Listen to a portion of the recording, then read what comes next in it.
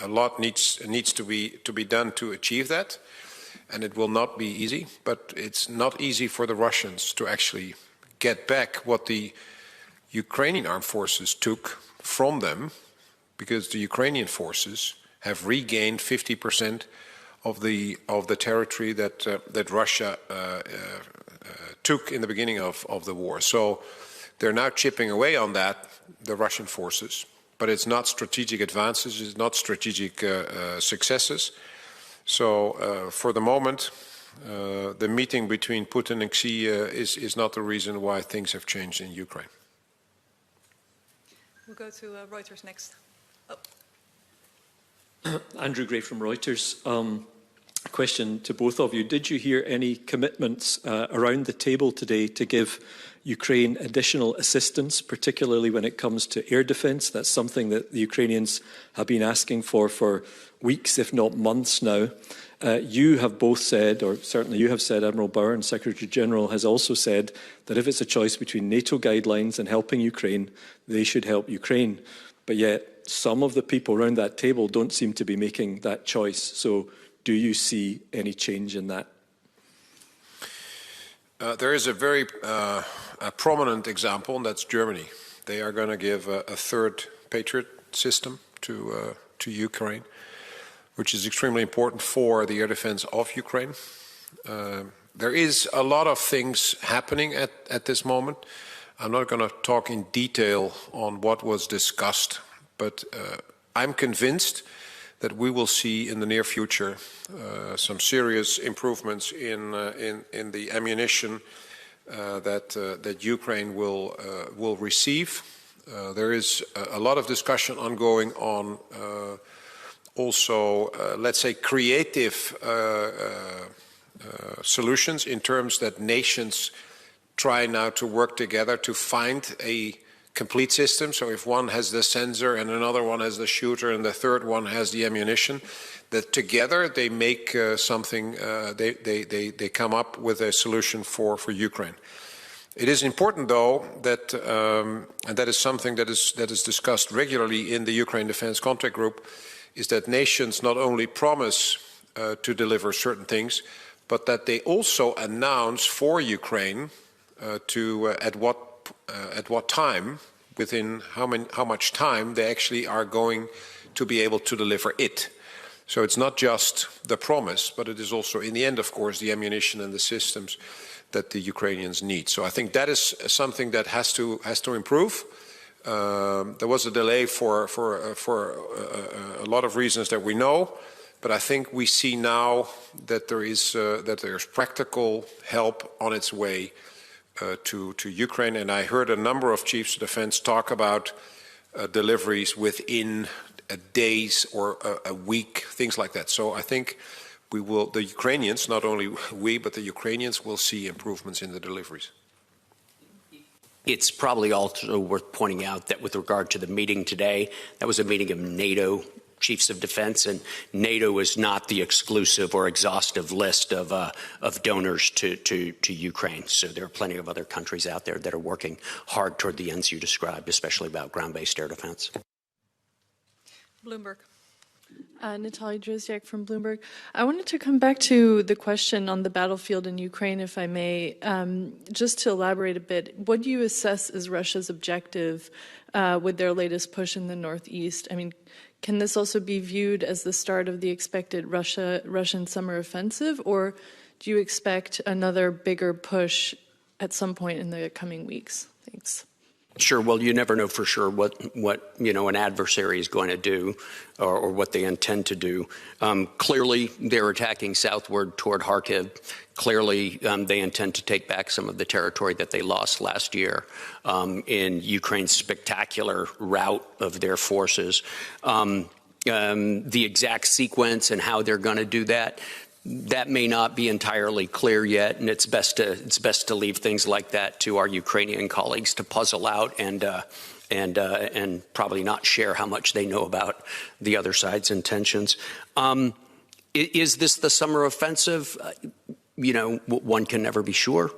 What we don't see is large numbers of reserves being generated someplace. There is a standard mobilization that is a semi-annual draft call-up going on right now in Russia, but that is largely unrelated to the conflict so far. Channel 24. Thank you, Sofia Nazarenko, Channel 24. Currently, the Russian army is launching an offensive in the Kharkiv region, and according to the information available in Ukrainian public space, the offensive has been stopped. Do you share this information and views, and what could NATO do in terms of supplying Ukrainian army to avoid such situation in the future? Thank you. Yeah, whether an offensive is stopped or not, takes a little bit of time to figure out, right? I mean, the offensive goes, stops, goes. So I'm not familiar with what exactly reports you're talking about from the Ukrainian media, ma'am. But in war, you never count things out until you're sure. What equipment do the Ukrainians need? What could help? Exactly what they're getting right now. They're being shipped vast amounts of ammunition, vast amounts of short-range air defense systems, and significant amounts of armored vehicles right now.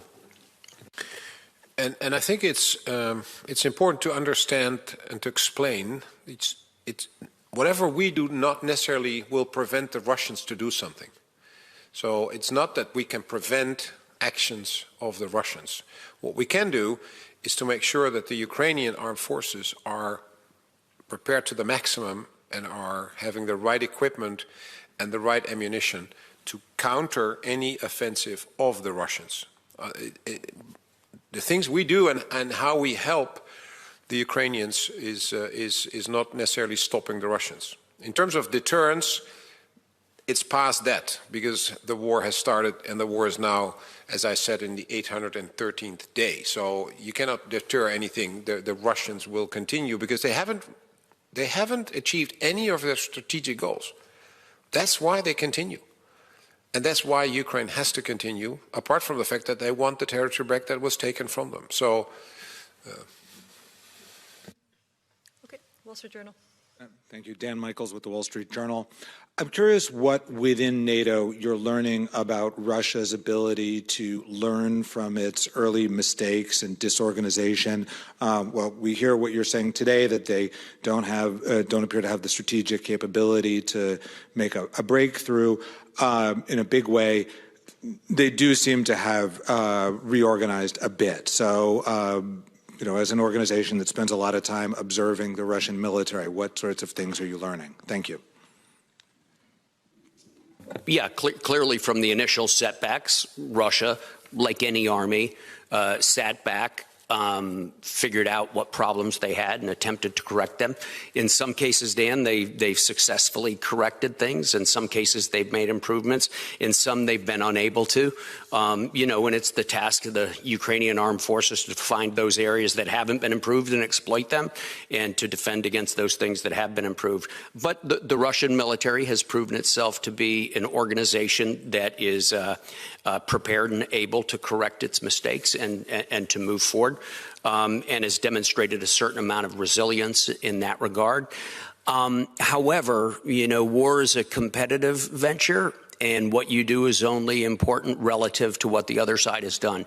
The Ukrainians' capacity for innovation, for adaptation, for creation of new techniques on the fly is truly unmatched. And I think we are all learning a lot from watching the Ukrainian adaptations to this battlefield. I think if you look at what happens, you see some improvements. For example, the use of EW was basically non-existent in the beginning, and you now see there's more brought to bear.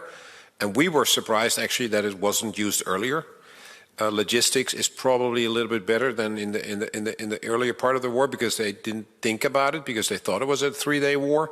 So those are sort of logical things. Industrial capacity is a change that we see, where they are actually moving forward faster than we in Europe and in North America. So I think there is a number of things that they have improved, but there's a number of things that they haven't improved in terms of, if you look at the quality of the troops, they have a big problem still in making sure that the new troops are trained to a level that is actually better than the troops that were originally available. So they have now more troops, but the quality of the troops is lower than the troops they started the conflict with. And that has to do that a lot of the officers that were killed in the beginning of the war are now not available, of course, to train the younger troops. So I think that is one of the problems that is haunting them, and that they haven't solved that one. And the other one is simple equipment for the forces is not ideal, is not good, is not better than the equipment they started off with. So there's a number of things that is serious problems for the Russian forces, and a number of things they have improved on. Okay, final question over there. Vitaly Sizov, Freedom TV channel. Did you discuss the proposition of General Secretary to launch long-term financial support for Ukraine? He said about $100 billion or euro in 5 years. What do you think about this idea, and do you have enough resources to provide such long-term support? Thank you. As you hopefully understand, that's not a military question. That is a political question to be answered by the governments within the alliance, whether they want to make sure that there is $100 billion or whatever the number is available in the longer term for Ukraine. So no, that is not being discussed, because that is not something the Chiefs of Defense of the alliance can solve. However, it is an understandable thing to look at the longer-term support of Ukraine, and that is militarily, in terms of capabilities, ammunition, training. That is something we have been talking about in terms of how we can contribute to that. And then, of course, the other element is the longer-term financial support. So it's something that was mentioned, but it is not a discussion point for the Chiefs of Defense. Okay, thank you all very much for being with us, and have a good evening.